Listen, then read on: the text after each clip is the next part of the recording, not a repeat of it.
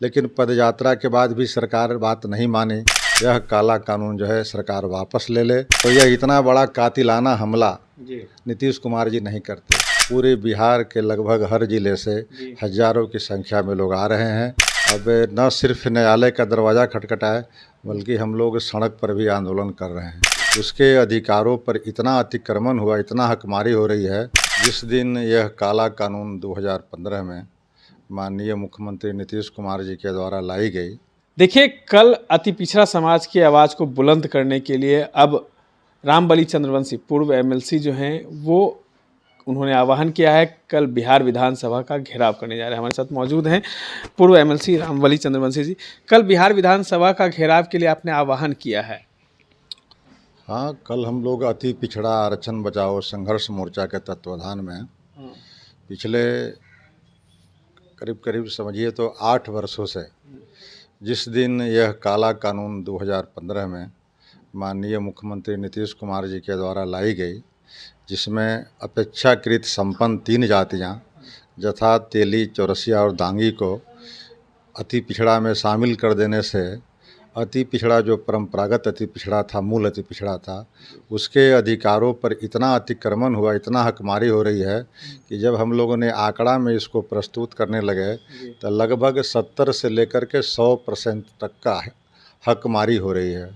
अब इस समस्या के खिलाफ, इस मांग के लिए हम लोग अब न सिर्फ न्यायालय का दरवाज़ा खटखटाए बल्कि हम लोग सड़क पर भी आंदोलन कर रहे हैं। इसके लिए हम लोगों ने रथ यात्रा निकाली, पूरे बिहार के लोगों को, अति पिछड़ों को जागरूक करने के लिए, सरकार को सावधान करने के लिए। उसके बाद भी बात नहीं बनी तो हम लोगों ने पद यात्रा के माध्यम से इस बात को सरकार को किया, हिदायत दिया। लेकिन पद यात्रा के बाद भी सरकार बात नहीं मानी। तब हम लोगों ने अंततोगत्वा विधानसभा घेराव का हम लोगों ने तिथि तय किया है। 28 फरवरी 2024 को 11 बजे जेपी गोलंबर गांधी मैदान से पूरे बिहार के लगभग हर जिले से हजारों की संख्या में लोग आ रहे हैं। और सरकार को, जो कुंभकर्णी निद्रा में सरकार सोई हुई है, जो अति पिछड़े के वोट बैंक से बनी हुई सरकार आज अति पिछड़ों को ही भस्मासुर की दृष्टि रूप में साबित हो रही है। इसीलिए हम लोग यह मांग कर रहे हैं कि जितना जल्दी हो सके यह काला कानून जो है सरकार वापस ले ले। अगर सरकार इस कानून को वापस नहीं लेती है तो बाध्य होकर के आगामी जो लोकसभा का चुनाव होगा, हम लोग इस सरकार के विरुद्ध में अपना मतदान करेंगे। जब आप सत्ता में थे उस समय भी आपने नीतीश सरकार को घेरा था, बड़ी रैली की थी। हाँ, सत्ता में रहें या नहीं रहें, लेकिन देखिए अक्सर तो लोग जो आंदोलन करते हैं, व्यक्ति या संस्थाएं, तो सब सत्ता से बाहर होते हैं तब।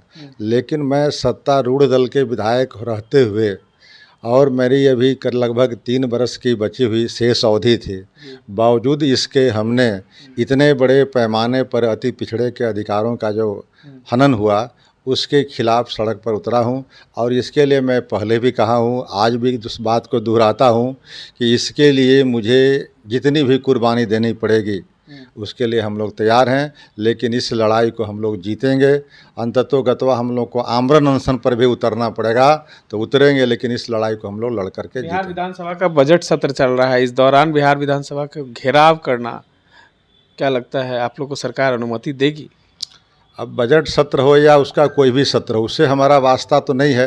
वास्ता तो है कि सरकार के मुखिया के संज्ञान में आज से 15 दिन पहले भी उसको हम लोग स्मार पत्र के माध्यम से यह सावधान किए हैं, यह उसको सूचना दिए हैं कि हमारी इन मांगों पर आप सरकार के खिलाफ, या यूँ कहें कि विधानसभा का घेराव का मार्च, हमने घेराव का कार्यक्रम रखा है।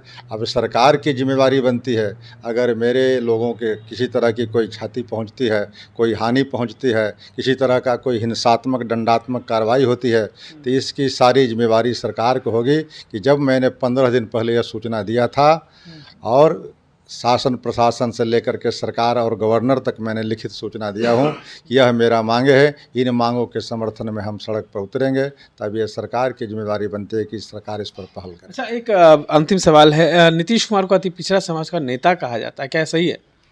अगर नीतीश कुमार जी को अति पिछड़ों के नेता कहे जाते तो यह इतना बड़ा कातिलाना हमला जी। नीतीश कुमार जी नहीं करते। एक उनके फरमान से अति पिछड़ों की गर्दन कट गई जी। और आज 8 बरस होने जा रहे हैं। नीतीश कुमार जी अगर थोड़ा भी संवेदनशील व्यक्ति होते तो इस चीज़ को समझ जाते कि इस एक अभियान से, एक कार्यक्रम से, उनके एक एक्शन से अति पिछड़ों का कितनी बड़ी हकमारी हो रही है, कितनी बड़ी हानि हो रही है और इससे अति पिछड़ा समाज मर्माहत है। पूरा बिहार के लोग इकट्ठे हो रहे हैं और नीतीश कुमार जी की जो हालत है, जो सत्ता में एन के प्रकार बने हुए हैं, इसका बखिया उधेड़ने के लिए अति पिछड़ा काफ़ी है। चलिए, ये थे हमारे साथ पूर्व एमएलसी रामबली चंद्रवंशी जी, जिन्होंने साफ साफ कहा है कि कल अगर हमारे किसी भी लोग को कुछ भी होता है तो उसकी जिम्मेवार बिहार के मुख्यमंत्री नीतीश कुमार होंगे। इस तरह के तमाम अपडेट्स के लिए बने रहें देशवा न्यूज़ के साथ। देशवा न्यूज पर वीडियो देखने के लिए लाइक करें, सब्सक्राइब करें, साथ ही बेल आइकन दबाना न भूलें।